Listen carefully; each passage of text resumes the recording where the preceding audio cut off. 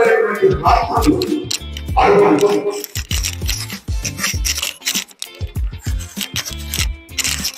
ఎన్నో భయంకరమైనటువంటి రాత్రులు అనుభవించాడు. పెద్ద పెద్దగా కేకలు వేస్తా ఉంటాడు. ఎంత పెద్ద కేకలు వేస్తాడంటే రకరకాల కేకలు, ఒక కేక కాదు. ఒకళ్ళు దయ్యాలు ఉండటం చేత అన్ని దయ్యాల రాగాలు మొత్తం బయటికి రకరకాల స్వరాలు వినబడతా ఉండేవి. ఎవరికి కూడా నిద్ర ఉండేది కాదు. తల్లిదండ్రులకు అసలే నిద్ర ఉండేది కాదు. రారా నానా ఇంటికంటే నేను రానని సమాధిలోనే ఉండేవాడు. చాలా మంది మీలాంటి పెద్దలను తీసుకెళ్లి సంఖ్యలతో బంధించారు.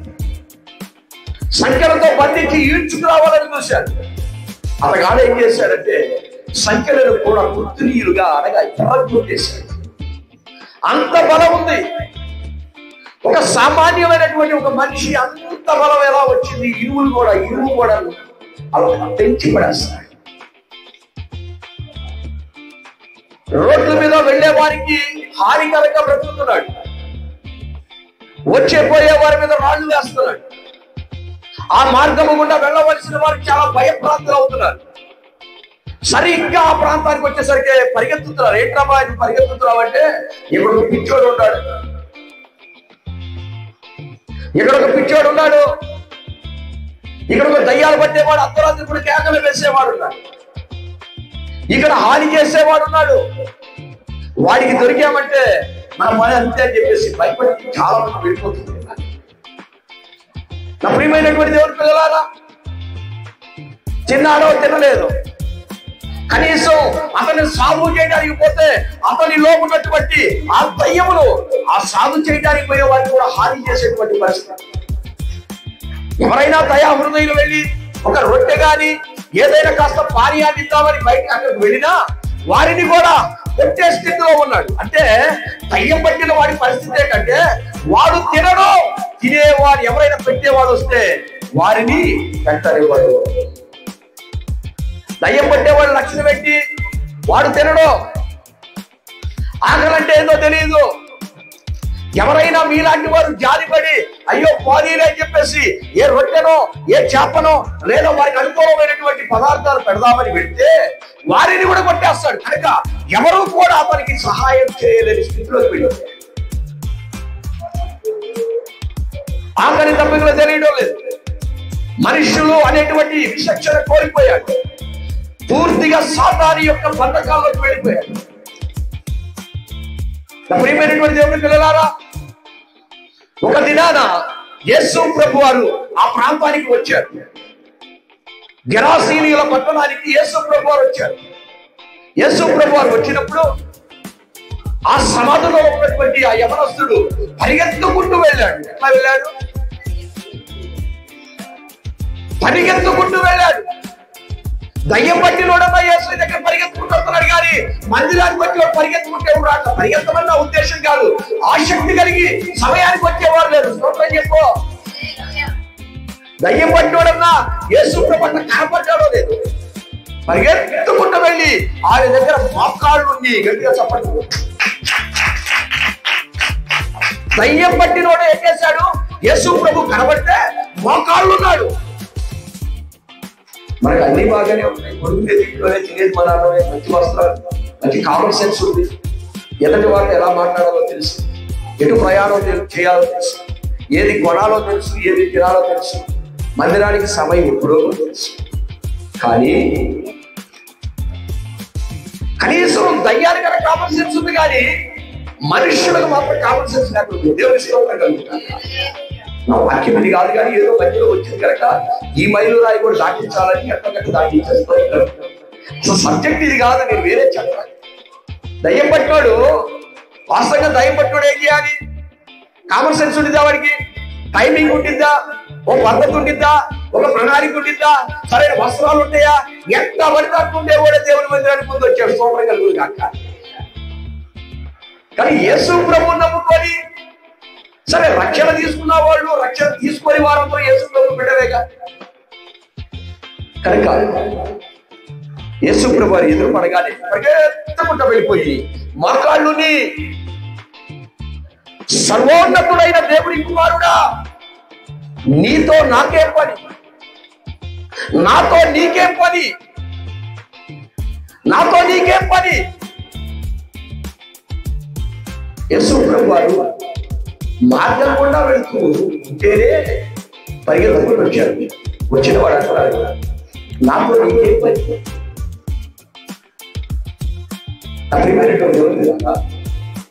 యేసు ప్రభు వారికి వాడితోనే పని, వాడితోనే పని. 99 గొర్రెలు ఉన్నాయంట ఒక యజమాని. ఒక యజమానికి ఎన్ని గొర్రెలు ఉన్నాయి నానా? 100 గొర్రెలు ఉన్నాయి. ఆ 100 గొర్రెల్లో ఒక గొర్రె తప్పిపోయింది. ఒక గొర్రె తప్పిపోయినప్పుడు 99 గొర్రెలు అక్కడ పెట్టేసి ఆ తప్పిపోయిన ఒక్క గొర్రె కోసం ఆ యజమానుడు వెతకడం ప్రారంభించాడు. వెతికే క్రమంలో హానికరమైన స్థలంలో దొరికిందంట ఈ గొర్రె. దేవునికి స్తోత్రం కలుగును గాక. ప్రమాద గట్టికల దగ్గర ప్రమాదంలో ఉన్న ప్రాంతంలో దొరికిందంట ఈ గొర్రె. చాలా మంది అన్నారు, ఎందుకు బాబు నీకేం పని పాటలేదా, నీకేం పని పాటలేదయ్యా, ఉండవాళ్ళు సరిపోతారుగా, ఆ ఒక్కడితో నీకేం పని? వచ్చేవాడు ఒక్కడు, రానోడు రాడు, ఆ ఒక్కడితో నీకేం పని? సరే వచ్చేదేదో నీ వెనకాలంటే బాగుండేదిగా. ఆడదాకొచ్చి సిగరెట్ పట్టుకెళ్ళలేదు, ఆడదాకొచ్చి మందు షాప్ లో దొరపడ్డాడు, ఆడదాకొచ్చేసి వేశ్యల గృహంలో దొరపడ్డాడు, ఆడదాకొచ్చి ఈ పేరు మొత్తం తీసేస్తున్నాడు. నిజమే ఆ మాట, కానీ యేసయ్య ఏంటో మానవ ఆలోచన మించి ప్రేమిస్తా ఉంటాడు. దేవుని సేవకుడిగా నిజమే. వెనకాల పడి వచ్చేవాడు ఆ గొర్రె వెనకాల పడొస్తే ఈ తప్పిపోదుగా. ఎందుకు వెళ్ళింది అంటే అది వస్తున్న సమయంలో దానికి వేరొక పచ్చిక కనబడి ఉంటుంది. కాస్త వేసి వద్దామనే లోపల వీళ్ళు వెళ్ళిపోయారు. కాస్త వేసి వద్దాం అనుకునే లోపుగానే వెళ్ళిపోయారు. లెక్కేసుకుంటే ఒకటి తగ్గుతుంది. దానికోసం రుసుము చేశారు. సరిగ్గా ఇదే జరిగింది గెరాసీనుల పట్టణంలో, ఇదే జరిగింది. సరిగ్గా ఇదే సన్నివేశాన్ని దేవుడు నాకు జ్ఞాపకం చేశాడు. ఊరు మొత్తం వెలివేసింది. కనీసం సహాయం చేసేవాళ్ళు ఎవరు లేరు. అయ్యా రండి అయ్యా, కొద్దిగా అయ్యా పట్టుకోండి అయ్యా, అయ్యా అయ్యా వాడెవరికైనా హాని చేస్తాను పట్టుకోండి అంటే వెళ్ళవామా, వెళ్ళవయ్యా మాకు తెలియదు అని సహాయం చేసేవాళ్ళు కూడా వెళ్ళిపోయినటువంటి సమయం. అలాంటి సమయంలో తల్లిదండ్రులు ఎంతో ఏడుస్తున్నారు, ఎంతో వేదన పడుతున్నారు. మారు మనసు లేనటువంటి ఆ గొర్రె సమాధుల్లో పెడుతుంది. ఎక్కడ ఉండాలి? పొలంలో ఉండాలి. గొర్రె సమాధుల్లో ఏడుస్తా ఉన్నాడు. తల్లిదండ్రులు ఏడుస్తా ఉన్నారు. ఎప్పుడా ఎప్పుడా ఎప్పుడా ఎప్పుడా ఎదురు చూస్తున్నారు. ఒక దినం రానే వచ్చింది. ఒక దినం వస్తుంది. ఆ దినం వచ్చినప్పుడు నీవు ఏదైతే కాదంటావో, పనికి రాదంటావో, వదిలేస్తావో, వెలివేస్తావో, వల్ల కాదంటావో దానినే దేవుడు కోరుకుంటాడు. స్తోత్రం కలుగును గాక. ఒకసారి నేను మా అన్నయ్య కలిసి, చాలా పెద్దోళ్ళు అందరూ కలిసి, మా అన్నయ్య కూడా చూస్తా ఉంటాయి వాచి. మా అన్నయ్య నేను కలిసి, మా అన్నయ్య పెద్ద మనుషులతో మాట్లాడుకుంటూ, రాజకీయ నాయకులతో, అధికారులతో మాట్లాడుకుంటూ నేను మధ్యలో వెళ్ళేవాడిని. పెడితే నన్ను అక్కడికి ఇట్లానే వెళ్ళిపో, సైకిల్ చేసి వెళ్ళిపో. అక్కడి నుంచి మా అన్నయ్య వాడిని గౌరవించారు. ఏంటయ్యా అంటే వాడికి మాట్లాడతాం చేత కాదు, వాడిని కానీ పెద్ద మనిషి గానో వాడిని మధ్యలో పెట్టామంటే వీడి వల్ల మనకు అనర్థాలు వస్తాయి అని మాట్లాడడం చేత కాదు. ఎక్కడా 10 నిమిషాలు 10 మందితో కలవనిచ్చేవాడుగా. కాస్త ఎవరు చెప్తున్నారంటే వెళ్తామంటే నిలబడి ఇచ్చేవాడుగా. ఎందుకంటే నువ్వు అనవసరం, నేనున్నాను కదా అని పంపిస్తా ఉండేవాడు. నేను గౌరవించి వస్తూ ఉంటాను. నేను ఎప్పుడు ఇక్కడ పాట పాడుతున్నా, వాక్యం చెప్తున్నా, ఆరాధన చేస్తున్నా, నాకు అవన్నీ గుర్తు వస్తా ఉంటాయి. ప్రభా నేను మాట్లాడుతున్న చేత గారు, నాకు వివాదాలు తీర్చడం రాదా, నేను ఎవరితో గట్టిగా మాట్లాడలేనా అని నేను ప్రభువుని అడుగుతా ఉంటే ప్రభు నాతో చెప్తాడు, ఓ లక్షల మందికి చెబుతాను రాబోయే రోజులు. దేవుడి స్తోత్రం కలుగుగాక. దేవుడే ఈ జ్ఞానాన్ని ఇచ్చాడు. నా ప్రియమైనటువంటి దేవుడి పిల్లారా, సమాధులలో ఉన్నాడు వస్త్రహీనుడు, బట్టలు కూడా లేవో, సరైన వస్త్రాలు లేవో. యేసు ప్రభు వారు అతని దగ్గరకు వచ్చి అతనితో అతను కలిసినప్పుడు అతనిలో ఉన్నటువంటి దయ్యాలు అతనిని విడిచిపెట్టి వెళ్ళిపోయింది. స్తోత్రం చెప్పండి. ఈ ఉపద్ఘాతం చెప్పకపోతే అసలు యేసు ప్రభు వారిని వారు ఎందుకు ఎలగొట్టారు, మరలా ఎందుకు రమ్మన్నారనేటువంటి అంశం మీకు అర్థం కాదు. అంశం అది, కానీ విషయం అంతా అర్థమైతే కానీ వాక్యం మీ మదిలో నిలబడదు, వాక్యం మీకు అర్థం కాదు. ఎట్లా కొరకై అతను స్వస్థ సిద్ధుడై మంచి వస్త్రాలు కట్టుకున్నాడు. యేసయ్య పట్టుకున్నాడు. ఎవరికైనా కామన్ సెన్స్ వచ్చింది. స్తోత్రం. ఎందుకు బాబీ మొన్నటి దాకా చిరిగిపోయిన బట్టలు వేసుకునేవాడు, కామన్ సెన్స్ ఉండేది కాదు. ఎవరో చెత్తలోనో పొట్టలో పట్టుకునేవాడు. స్తోత్రం చెప్పడం నిద్రపోయేవాడు. అందరూ ఇప్పుడే కళ్ళు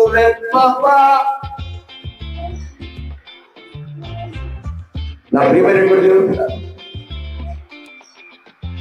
జాగ్రత్త. ఈ సంఘంలో నిద్రపోవడానికి నిద్ర వస్తున్నా కనిపెట్టి లేపి వాచ్మెన్ విజిల్ లేదు, కానీ నా చేతిలో మైకు గొట్టం ఉంది. స్తోత్రం కలుగురు కాక. లేపుతా నిద్ర అందరినీ. స్తోత్రం. ఈ రకంగా నిద్రపోతుంటే యేసులోకి వచ్చి నేరుగా అదృశ్యమైంది. మీకన్నా తెలిసింది కనుక మెరుగుపడ్డాడు. దేవుని మహిమ కలుగురు కాక. మంచి వస్త్రాలు కట్టుకున్నాడు, చక్కగా స్టైల్ గా తయారయ్యాడు, ఎంతో అందంగా తయారైపోయాడు. ఇతడైనా సమాధుల్లో ఉండే వ్యక్తి, ఇతడైనా సమాధుల్లో జీవించే వ్యక్తి, ఇతను అక్కడికి ఉండేవాడు కదా అని చెప్పేసి ఆశ్చర్యపోయాడు. అయితే ఈ క్రమంలో ఏం జరిగిందంటే యేసు ప్రభు వారు ఆ దయ్యాలతో మాట్లాడుతూ, ఏ దయ్యాలారా మీరు బయటికి రండి అన్నాడు. దయ్యమా బయటికి రా అంటే దయ్యాలు అంటది, సర్వోన్నతుడైన దేవుని కుమారుడా మమ్మల్ని నశింపజేయడానికి వచ్చావా? సర్వోన్నతుడైన దేవుని కుమారుడా మమ్మల్ని నాశనం చేయడానికి వచ్చావా? దయతో మమ్మల్ని ఆ దూరంగా ఉన్న పందుల్లోకి మమ్మల్ని పంపించు అని చెప్పగానే ఆ పందులలోకి ఆ ఆత్మలని అనుమతించాడు. అతనిలో ఉన్నటువంటి దయ్యాలని, ఒక దయ్యం కాదు, రెండు దయ్యాలు కాదు, సేన. తాగుబోతు ఒక దయ్యం, వ్యభిచారం అనేది ఒక దయ్యం. అంటే మనిషిలో ఎన్ని పాపాలు ఉంటే అన్ని దయ్యాలు ఉన్నట్టు దేవునికి స్తోత్రం కలుగును గాక. ఒకే దయ్యం అన్ని చేయదు. దయ్యాలు కూడా కామన్ సెన్స్ ఉంది. స్తోత్రం చెప్పు.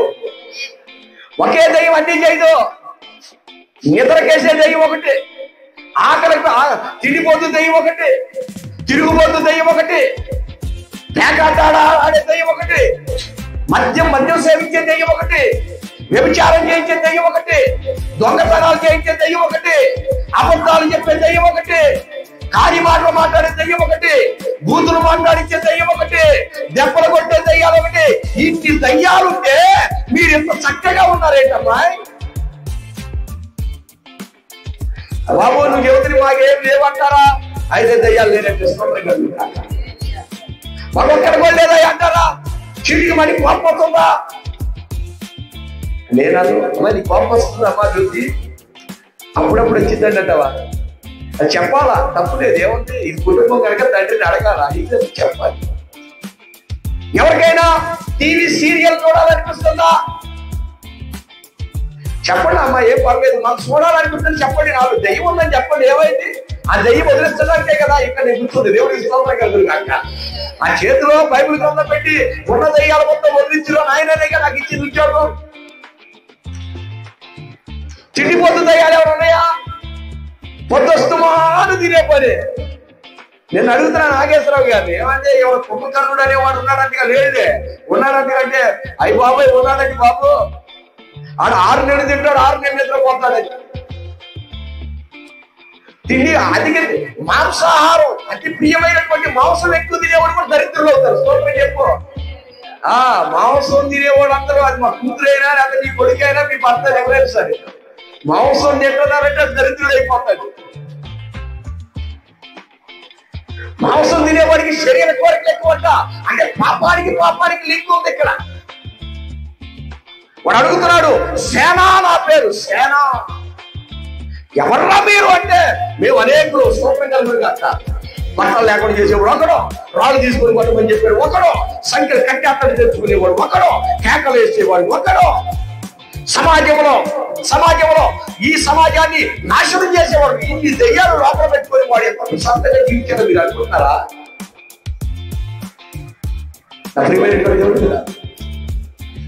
ఇన్ని దెయ్యాలు పట్టిన వాడు సమాజంలో ఉంటే నేను చెప్పానే, కామ క్రోధ మదమాశ్చర్య, తిండిపోతానో, నిద్రపోతానో, బూతులాడటం, కోపడటం, మాటకు సంబంధం లేని సమాధానాలు చెప్పటం, లోపడకపోవడం, ఇవన్నీ దయ్యాలే. ఎవరి అవునా కదా? నువ్వేంటి నాకు చెప్పేది, మాకు తెలిసే దయ్యమే. ఎందుకంటే నేను ఆ మాట చెబుతుంది వాక్యంలో అలాగే ఉంది. యేసు ప్రభు వారు సిలువలో ఉన్నాడు. ఆయన సిలువ మీద ఉంటే కింద దయ్యాలు పిలుస్తున్నాయి యేసయ్యని, దిగిరా దిగిరా. ఎందుకు దిగొస్తాడు? నీ మాటిని దిగొస్తాడా ఏంటి? స్తోత్రం చెప్పు. రా దిగిరా అంట. ఆయన ఏదో మాట పట్టించుకోకుండా తల్లితో మాట్లాడుతున్నాడు. తండ్రి అని కేకలేస్తామండి. అది ఏంటో మనం ఎంత చెప్పినా కదా కథ కంటే దయ్యాలతో మాట్లాడాల్సిన అవసరం నా యేసయ్య గట్టిగా చెప్పండి. దయ్యాలతో మాట్లాడే ఆ అవసరం మా యేసయ్య లేదు. ఎందుకు మాట్లాడాలి? దయ్యాలతో మాట్లాడు. దయ్యాలు అరే ఎవరికైనా దయ్యం పట్టినట్టు మైక్ తీసుకుంటా చెప్పు, నీకు దయ్యం అంటే పట్టింది ఎవరు? నువ్వు ఎవరురా నువ్వు? ఈ లోపు కానీ కెమెరా మ్యాన్ బాగా తీసుకొచ్చి క్లోజప్ లో తీసుకొచ్చి జూములోకి నోట్లో మైక్ పెడితే వాడు మాట్లాడేప్పుడు పెడితే ఎవరిలో అంటే వాడు ఏంటి ఉంటాడు, మైక్ మైక్ అంటే వీడి పేరు మైకల్ జాన్సన్ అంట. ఒట్లు తప్పట్లు అంటారు.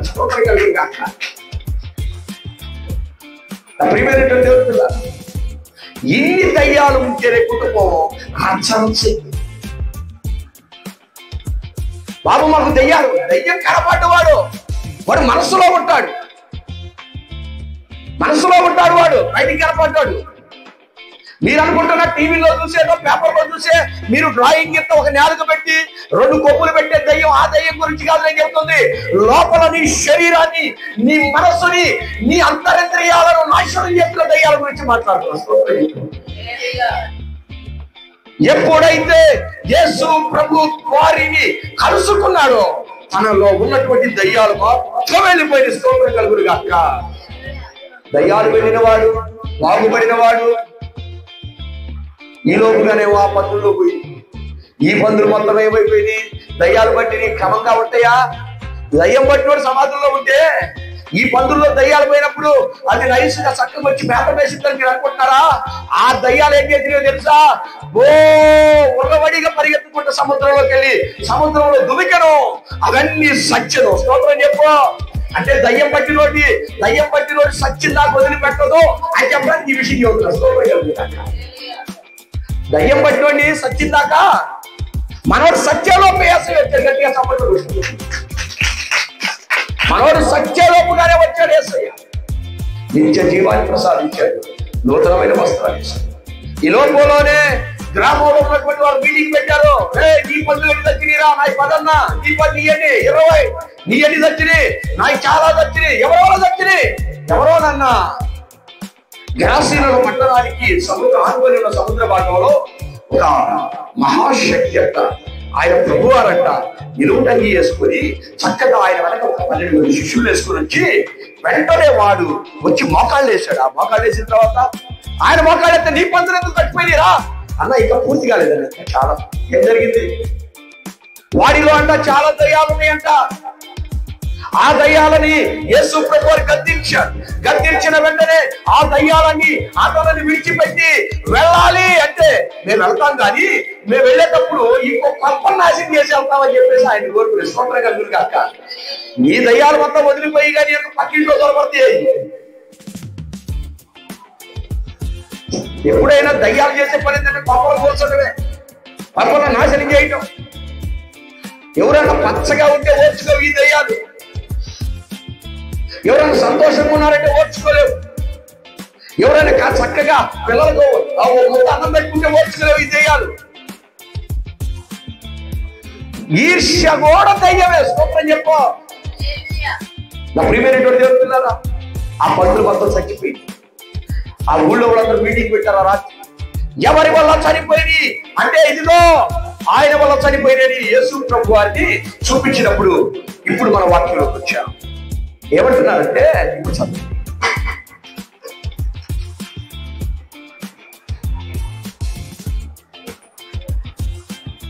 35వ శరణం.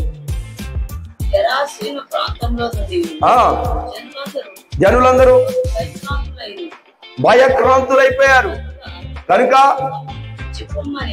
తమను విడిచిపోమని. ఎన్నో శరణం అండి? 37. ఆయనను వేడుకొని ఆయనతో కూడా ఉండనిమ్మని వేడుకోలేదు. అరే ఆడకరా మంచిలా. స్తోత్రం కలుగుగాక. ఎవరు బయట కలపాలండి? దయ్యాలు చూస్తుంది బయట. స్తోత్రం. నా ప్రియమైనటువంటి దేవుని పిల్లలారా, విడిచిపెట్టి వెళ్ళిపో అని కాలాయాల పడుతున్నారు. నువ్వు వచ్చావు కాబట్టి నష్టం జరిగింది, నువ్వు అడుగు పెడితే నష్టం జరిగింది, మా వ్యాపారానికి ఆటంకం కలిగింది,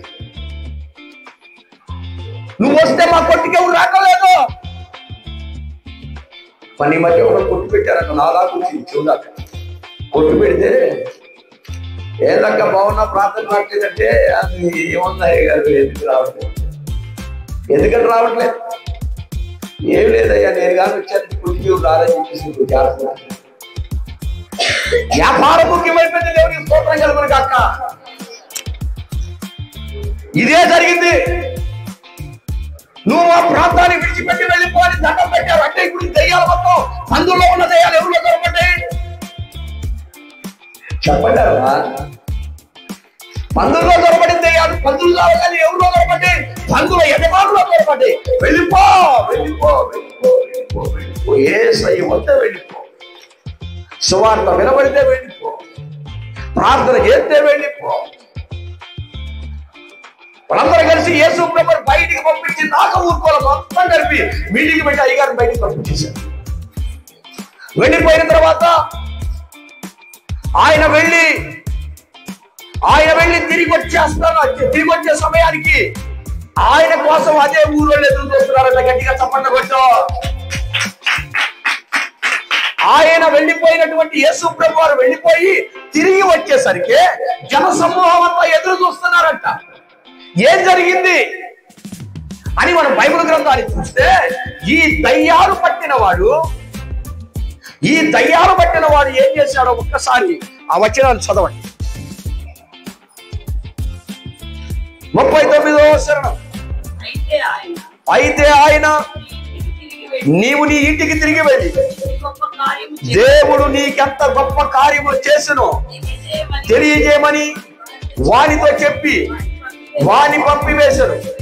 వాడు వెళ్ళి జాగ్రత్తగా వినాలి. యేసు తనకెంత గొప్ప కార్యము చేసెనో ఆ పట్టణం వల్లంతటను ప్రకటించెను.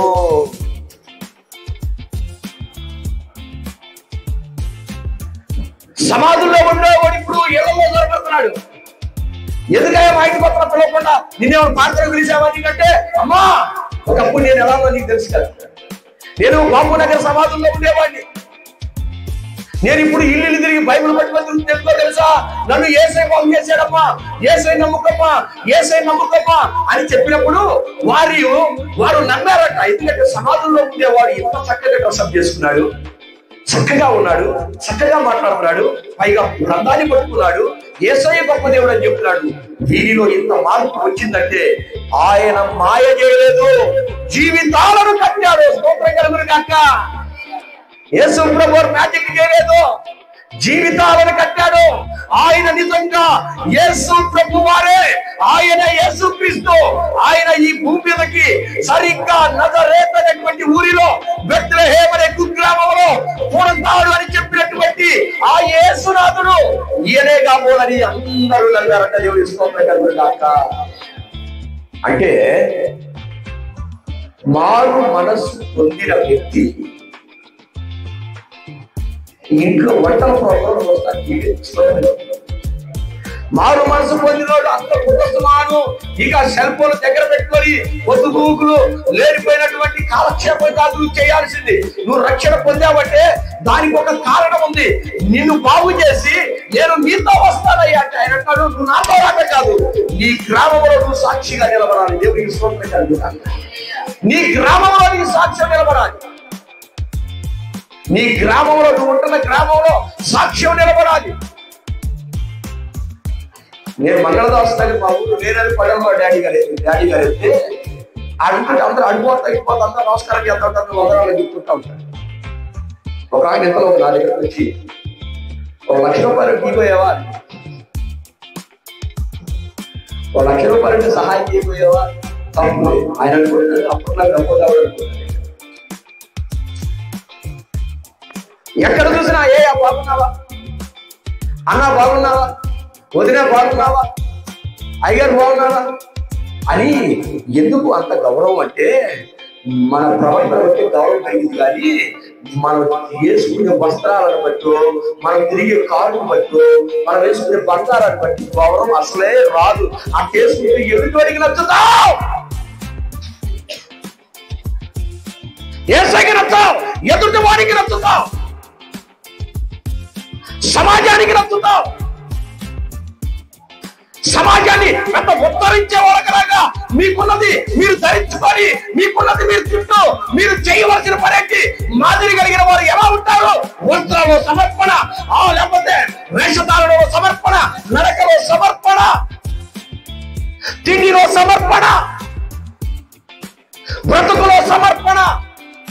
సమర్పణ లేకుండా మీరు సమర్పించేసుకున్నావంట. ఏం సమర్పించేసుకున్నావు? ఏది నువ్వు సమర్పించుకుంది? మేము అన్ని సమర్పించేసుకున్నాం. యేసు ప్రభు వారు ఒక దయ్యాలు పట్టిన వాడిని విడిచిపెట్టిపోతే వాడు కూడా సమర్పించుకున్నాడు. ఏందో తెలుసా? ఇంతకాలం పనికిరాని నాకు పనికొచ్చే వాడిలాగా నా దేవుడు నన్ను చేశాడు కనుక నేను సమర్పణ కలిగి నేను గెరాసీనుల పట్టణం అంతా తిరిగి యేసయ్యే నిజ దేవుడని చెబుతాను. స్తోత్రం చెప్పు. మేము సమర్పించేసుకున్నామండి. ఒక దైవజనుడు చెబుతున్నాడు, అపోస్తలుడు సురేషయ్య గారు, ఈ మందిరం నేను ఎలా కట్టానో తెలుసా అంటున్నాడు. దాదాపు ఒక 10,000 మంది ఉంటారు. ప్రతి ఆరాధన 10,000 మంది వస్తారు. వీలైతే మిమ్మల్ని అందరినీ తీసుకెళ్తారు. బస్సు పెట్టి తీసుకెళ్తారు. ఎందుకంటే గొప్ప దైవజనులు చూడాలా. ఏదో నన్ను చూసి మోసపోకండి. గొప్ప దైవజనులు ఉంటారు. నేను అంతా చెప్పు తాటాకు చప్పుకి నీకుమని భయపడేవాడు. నాకంటే గొప్ప దైవజనులు అలాంటి వాళ్ళందరూ చూడాలి. మీరు అలాంటి వాళ్ళు మన ప్రాంతానికి రావాలి. అలాంటి వాళ్ళు ప్రసంగించాలి, వాక్యాలు వినాలి, మీ జీవితాలు మార్చుకోవాలి, మీ కుటుంబాలను మార్చుకోవాలి. సమర్పణ కలిగిన వారు ఎలా ఉంటారు? సురేషయ్య గారు చెప్తాడు, అపోస్తలుడైన సురేషయ్య గారు, ఈ మందిరం ఎలా కట్టారో తెలుసా? నేను బంగారంతోనే కట్టాను. ఏంటబ్బా ఇట్టాడు? బంగారంతో పెట్టండి, బంగారం రాజం కాదు. సమర్పించుకున్న వారందరట వారి బంగారం తీసుకొచ్చి దేవుని సేవకుడి దగ్గర కాళ్ళ దగ్గర పెట్టారు. అయ్యా మేము ఇది సమర్పించుకుంటున్నామని. అంటే అది ఖాతా చేస్తారట. ఒక్కొక్కటి 25 లక్షలు వచ్చినట్టు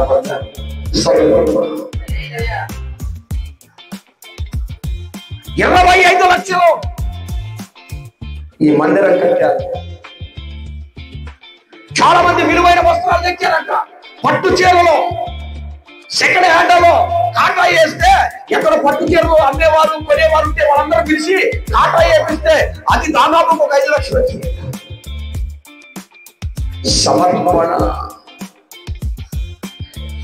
సమర్పించుకోవడం అంటే నేను ముక్కుపడి సమర్పించుకున్నాను. అది కాదు, జీవితం అంతా సమర్పించుకోవాలి. గట్టిగా సమర్పించుకోవాలి. ఏమా ఎవరా కదా? జీవితం అంతా సమర్పించుకోవాలి. నేను చనిపోయేలోపు సంఘంలో 5,000 మంది అవుతారా 10,000 మంది అవుతారో తెలియదు, కానీ నేను చనిపోయేలోపు సంఘమంతా తెల్లని వస్త్రాలు వేసుకొని దేవుణ్ణి ఆరాధించడం నేను కళ్ళారా చూడాలి.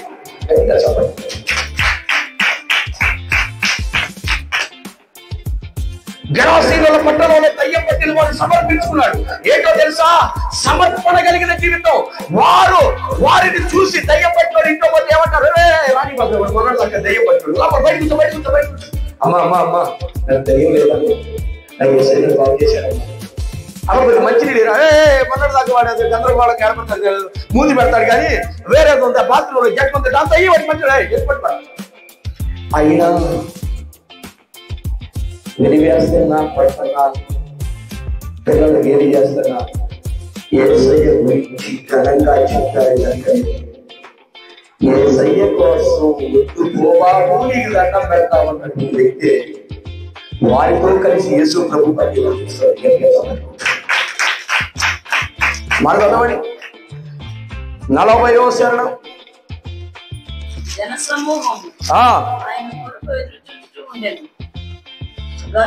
గనుక అది యేసు ప్రభువుని ఆ గెరాసీనుల పట్టణంలో ఉన్న వారందరూ చేర్చుకోవటానికి గల కారణం ఎవరు? బాగుపడిన వాడు, సమర్పించుకున్నవాడు, సమర్పణ కలిగిన వాడు, తన జీవితాన్ని బట్టి అనేక మందిని మార్చాడు. ఇది అంశం. చెప్పు, ఈరోజు మన వాక్యం అంశం ఏంటంటే సమర్పించుకోవాలి, అనేక మంది సమర్పణలోనికి నడిపించాలి. నువ్వు సమర్పించుకోకుండా నీ నోరు సమర్పించుకో, నీ చేతిని సమర్పించుకో. అప్పుడప్పుడు మా ఊరు కనపడతాం, మా చిన్న తమ్ముడు కనపడతాం, మా పెద్ద తమ్ముడు కనపడతాం. బాబు నాయనా పెద్ద పెద్దవాళ్ళ దగ్గర పోయి చేతులు పెట్టుకొని ఇలా నిలబడతాం. మనం పోలీసు ఆయన రోడ్డు మీద కనపడ్డాడు, పాస్టర్ గారు నిన్ను బట్టి వదిలేస్తున్నా. కారణం అధికారుల దగ్గర చేతులు కట్టుకోవాలని సమర్పించుకున్నా. గట్టిగా చప్పట్లు కొట్టు. జేబులో చేయి పెట్టి నేనెవరో తెలుసా, నాకు ఎమ్మెల్యే తెలుసు, ఎంపీ తెలుసు, మా ఊరది, మా ఓడిది చల్లో. నీవు సమర్పించుకున్నప్పుడు, నీవు తగ్గినప్పుడు ఎదుటి వారికి జాలి కలిగింది, ప్రేమ కలిగింది. దేవుని మహిమ కలుగును గాక. అలా చూసే పడలే సమర్పణ. మొన్న కమిషనర్ గారి దగ్గరికి వెళ్ళా, అయ్యా తమరు అని ఒక 4 సార్లు తలబట్టి చేయి కట్టుకున్నాం. ఎందుకంటే సమర్పణ.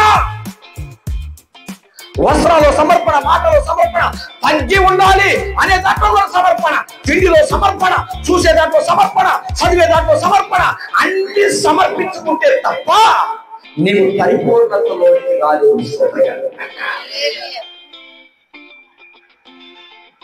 మా తాతలో పొద్దుగూరు తాతలు కాదు, నువ్వు సమర్పించుకోవాలి. మా తాతగారు, మా నాన్నగారు పాస్టర్ గారికి అన్నం పెట్టేవాడు, మా అమ్మ మజ్జిగ పోసేది, మా నాన్నేమో కార్లు పెట్టేవాడు. ఇది కాదు, నీవు సమర్పించుకోవాలి. దయ్యాలు పట్టిన వాడు దయ్యాలు పోయినప్పుడు వాడు మరణా దయ్యాలు వాడిని ఆవరించలేదు. స్తోత్రం కలుగును గాక. వాడు గెరాసీనుల పట్టణాన్ని తెరగొట్టాడు. స్తోత్రం.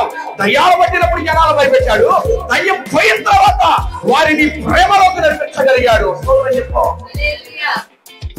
ఈరోజు అలాంటి సమర్పణలోకి నువ్వు రావాలి. సమర్పణలోనికి నువ్వు రావాలి. ఈరోజు ప్రభు కొరకు నువ్వేం సమర్పించుకోబోతున్నావు? నేను చెబుతున్నాను కదా, నేను చనిపోయేలోకే 5,000 మంది ఇస్తాడా, 10,000 మందిని ఇస్తాడా, ఇక ఎంత ఇస్తాడో?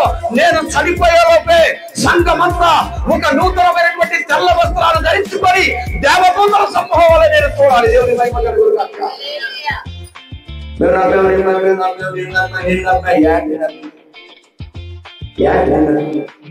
నేను ఏడే ఉంటా, ఇంటికి వచ్చేసరికి ఉంటాను.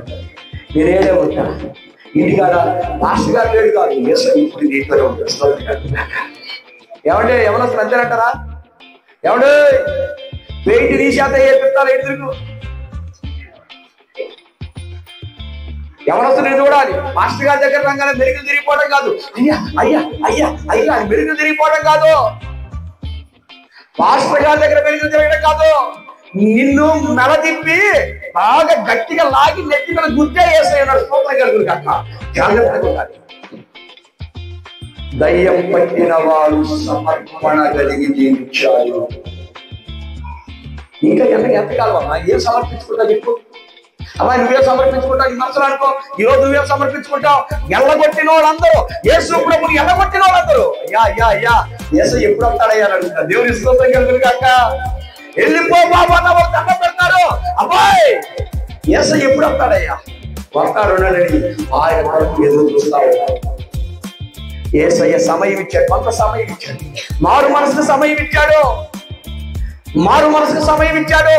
ఆయన వెళ్ళిన వాడు ఎందుకని తిరిగి వచ్చాడు తెలుసా? ఆ సమయంలో అతనంట అనేక మంది మార్చడానికి సమయం ఇచ్చాడు. స్తోత్రం కలుగును గాక. ఈ రోజు నీ జీవితంలో సమయం ఇచ్చాడు, నాకు ఒక సమయం ఇచ్చాడు, నీకు ఒక సమయం ఇచ్చాడు. ఈ సమయంలోనే ఆయన రాబోతూ ఉండగా ఆయన కొరకు నువ్వు ఎదురు చూడబోయావా? నరకం ఎదురు చూస్తా ఉంటుంది నీ కోసం. దేవుని మహిమ కలుగును గాక. ఎదురు చూడాలి. కనుక అప్రియమైన దేవుడు, దయ్యాలు పట్టిన వాడు, అనేక మందికి హాని చేసిన వాడు ఊరు మొత్తాన్ని యేసయ్య కోసం తయారు చేశాడు. ఈరోజు నేను ఎదురు తయారు చేయగలుగుతావా? పగతో రగిలిపోవాలి, ద్వేషాలు మనసులో పెట్టుకోబాదు. నేను ఎవరిని ఏమంటున్నా?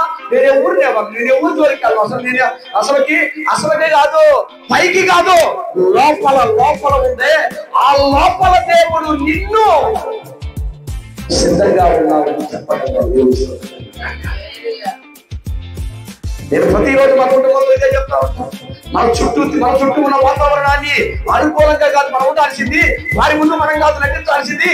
దేవుని ప్రేమ వారికి చూపించాలి. దేవునికి స్తోత్రం కలుగును గాక.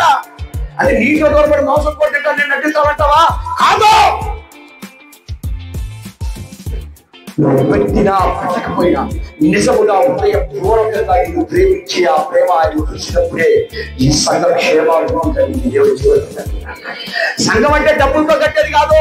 సంఘం అంటే ఏదో 4 పాటలు పాడేసి వాయర్ టీములు పెట్టి, ఇటు 4 ఆర్కెస్ట్రాలు పెట్టి, ఇటు 4 లైటింగ్లు పెట్టి, ఈ జిమ్ములు పెట్టి, స్టిప్పింగ్లు పెట్టి సంఘాన్ని స్థాపించలేవు.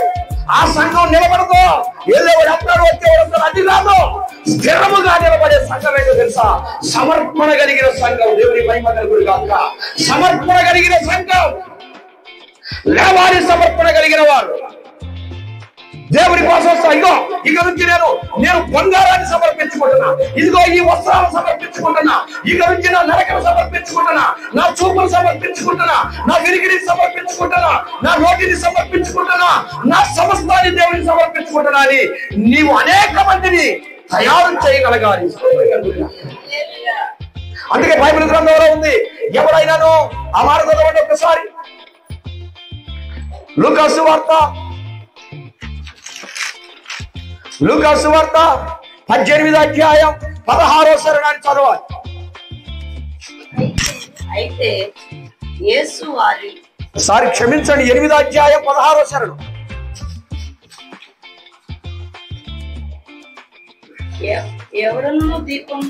ఎవడైనను దీపము వెలిగించి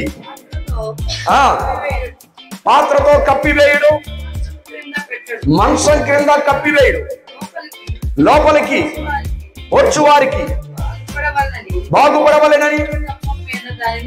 అది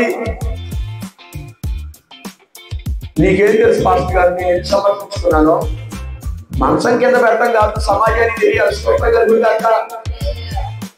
పాస్టర్ గారు మీరంటే నాకు ప్రేమే, కానీ ఎందుకంటే నేను మాట్లాడలేకపోయాను. ఎందుకు మాట్లాడలేకపోయావు అమ్మాయి? నేను మాట్లాడానంటే గమకనే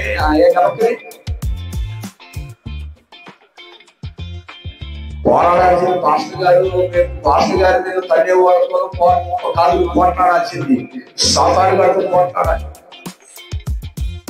నీ దీపం వెలిగించేయాలి. ఇక దీపం వెలిగించిన తర్వాత నీవు దాన్ని మంచం కింద కొంచెం కిందగా పెట్టాల్సింది. అనేకులు వెలిగించడానికి దీప స్తంభం మీద పెట్టాలి. అప్పుడు అనేకులు అది చూసి ఆ వెలుగులోకి వస్తారట. ఏమన్నా ఇప్పుడు దయ్యాలు వదిలిపోయినటువంటి వ్యక్తి దీపం వెలిగించి గెరాసంగా పట్టణంలో పెట్టాడు. దేవుని స్తోత్రం కలుగును గాక.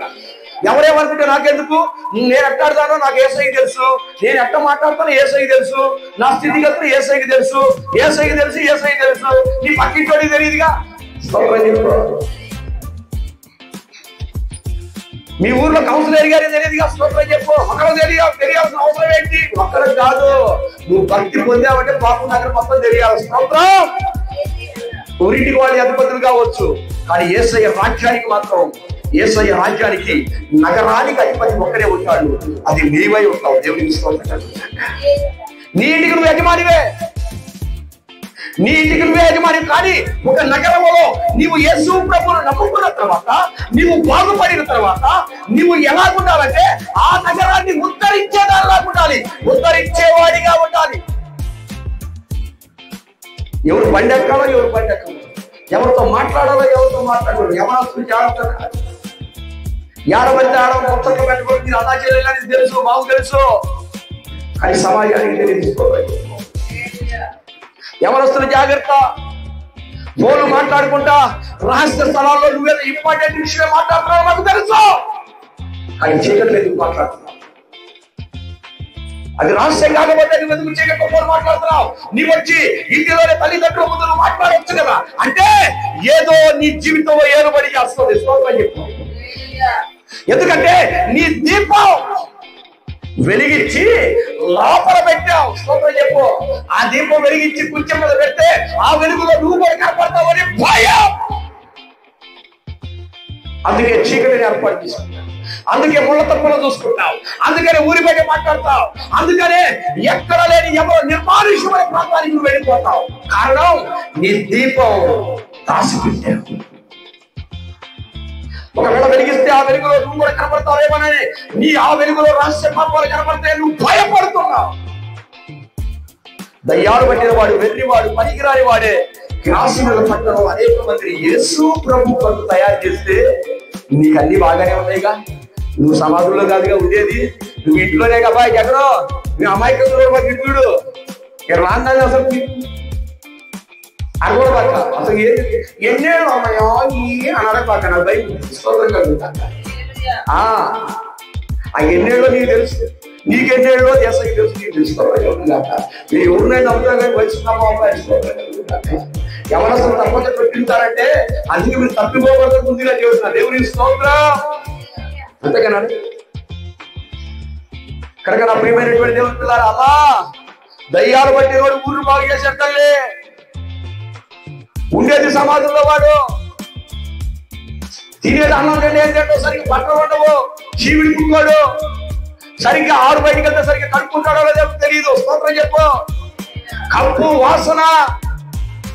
అలాంటి వాడు ఊరిని బాగు చేశాడు. అత్తలు కట్టుకుంటావు, మంచి బట్టలు వేసుకుంటావు, చక్కటి కనపడతావు, గొప్పలు తీస్తావు, సైడుకు తీస్తావు, ఇరేసుకుంటావు.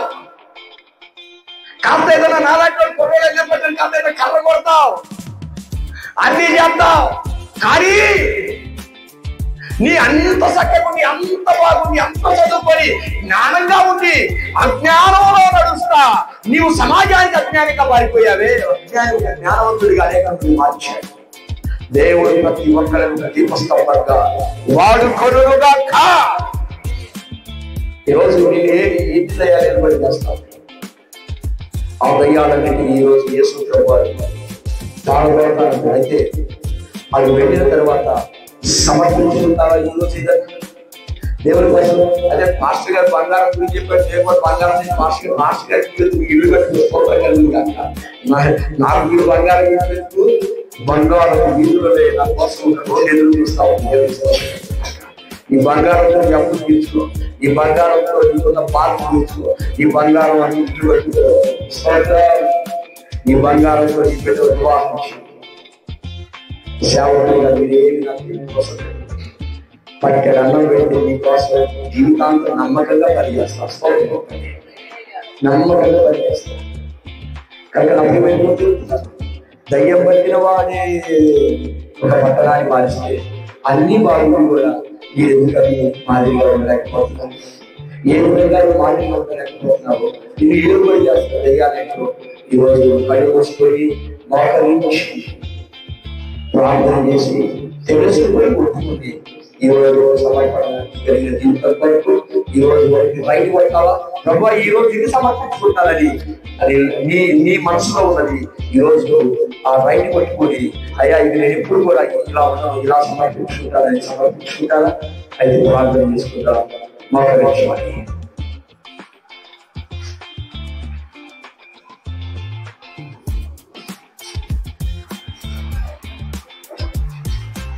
ఎవరస్తులందరూ మోకరించాలి. అమ్మాయి ఎవరస్తులు మోకరించాలి. అందరు ఏం సమర్పించుకుంటారు? సమర్పించుకుని జీన్స్ ప్యాంట్ సమర్పించుకుంటారా? సిరిగి బూరి ప్యాంట్ సమర్పించుకుంటారా? వంకర టెంకర క్రాఫ్ట్ సమర్పించుకుంటారా? వంకర టెంకరు సిగరెట్లు తాగడం మర్చిపోతారా? మందిరానికి వస్తున్నాగా మీరందరూ మీ మిషన్లు పెడతారు. రేపు నుంచి నోట్లో కీయర్ సౌండ్ పెట్టి సిగరెట్ తాగుతారు.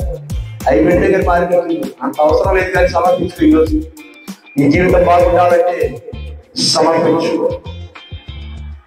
గెరాసీనుల పట్టణంలో దయ్యాలు పట్టినవాడు యేసయ్య చేత బాగు చేయబడి గెరాసీనుల పట్టణంలో అనేక మంది కనవచ్చు. యేసయ్య కొరకు ఎదురు చూసేటువంటి జనాంగాన్ని తయారు చేశాడు. ఎంతకాలం కనిపిస్తుంది, ఎంతకాలం ప్రార్థన చేస్తున్నాం, ఎంతకాలం భక్తి కొనసాగిస్తున్నాం. ఈరోజు ఏదైనా సమర్పించుకోగలుగుతావా? ఈరోజు ఏదైనా సమర్పించుకోగలుగుతావా? ఏం సమర్పించుకుంటా? నీ నోటినా, నీ ఆలోచనలా, లేకపోతే నీ పెదవులను సమర్పించుకుంటావా? నీ నాలుగు సమర్పించుకుంటావా? నీ కళ్ళను సమర్పించుకుంటావా? నీ చెవులను సమర్పించుకుంటావా? ఇక్కడ నుంచి చెడు వినను, చెడు కనను, చెడు మాట్లాడనని సమర్పించుకుంటావా? ఇక్కడ నుంచి యేసయ్య కంటే అందంగా మన కనబడతానికి లేదు. యేసయ్య అందగాడు. మన తల్లి మీద యేసయ్య సమర్పించుకుంటే ప్రార్థన చేసుకుంటాం. మహాపరిశుద్ధుడా, ప్రేమ తండ్రి, నీ పరిశుద్ధమైన నామమున గెరాసీనుల పట్టణంలో ఉన్నటువంటి దయ్యాలు పట్టిన వాడు నీ చేతులు పడగానే నూతనమైన జీవితం సాగించబడింది. నేను నీతోనే ఉంటానయ్యా, నీతో వస్తానంటే నువ్వు నాతో కాదు, ఇక్కడ ఉండి అనేక మంది మార్చ తిరిగాడు. గెరాసీనుల పట్టణం అంతా తిరిగాడయ్యా.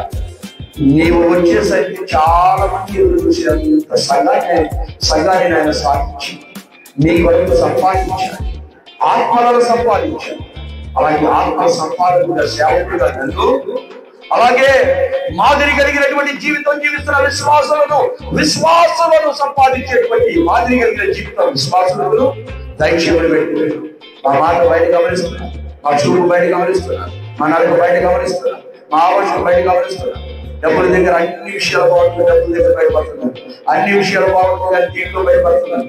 అన్ని విషయాలు బాగుంటుంది కానీ ఈ ఒక్క విషయంలో తప్పిపోయిందని ఏదో నీ బలహీనతను బట్టి సమాజంలో నిన్ను వారు గుర్తించలేకపోతున్నారు. కనుక సమర్పించుకో, దేవుడి పనులు సమర్పించుకో. దేవుడు వస్తాడు, తిరిగి వస్తున్నాడు. వచ్చాడు ఆ గెరాసీనుల పట్టణంలో ఉన్నటువంటి దయ్యం పట్టిన వాడు యేసయ్యతో దేవాలయానికి దేవుడు నేను బాగు తీసుకుని విడిచిపెట్టాలనుకున్నావా? ఆయన కోసం నువ్వు ఏదైనా చేయగలిగితే తిరిగి నీతో ఉండడానికి ఆయన ఇష్టపడుతూ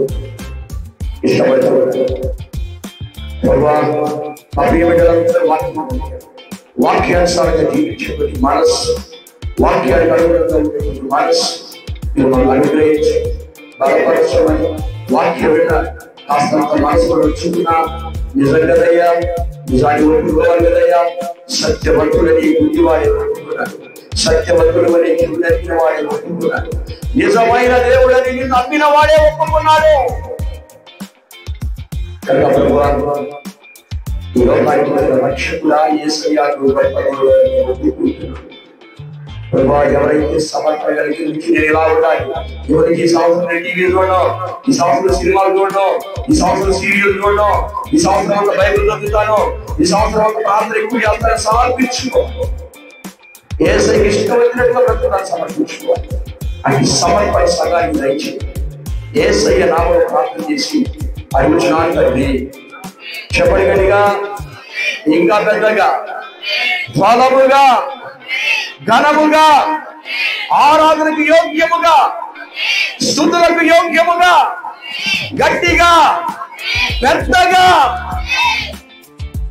తండ్రి దేవుని ప్రేమ, కుమారుడైన యేసుక్రీస్తు కృప, పరిశుద్ధాత్మ సహవాసం సన్నిధి కూడి వచ్చిన ప్రతి ఒక్కరికి సదాకాలం తోడై ఉంది కాపాడుగాక.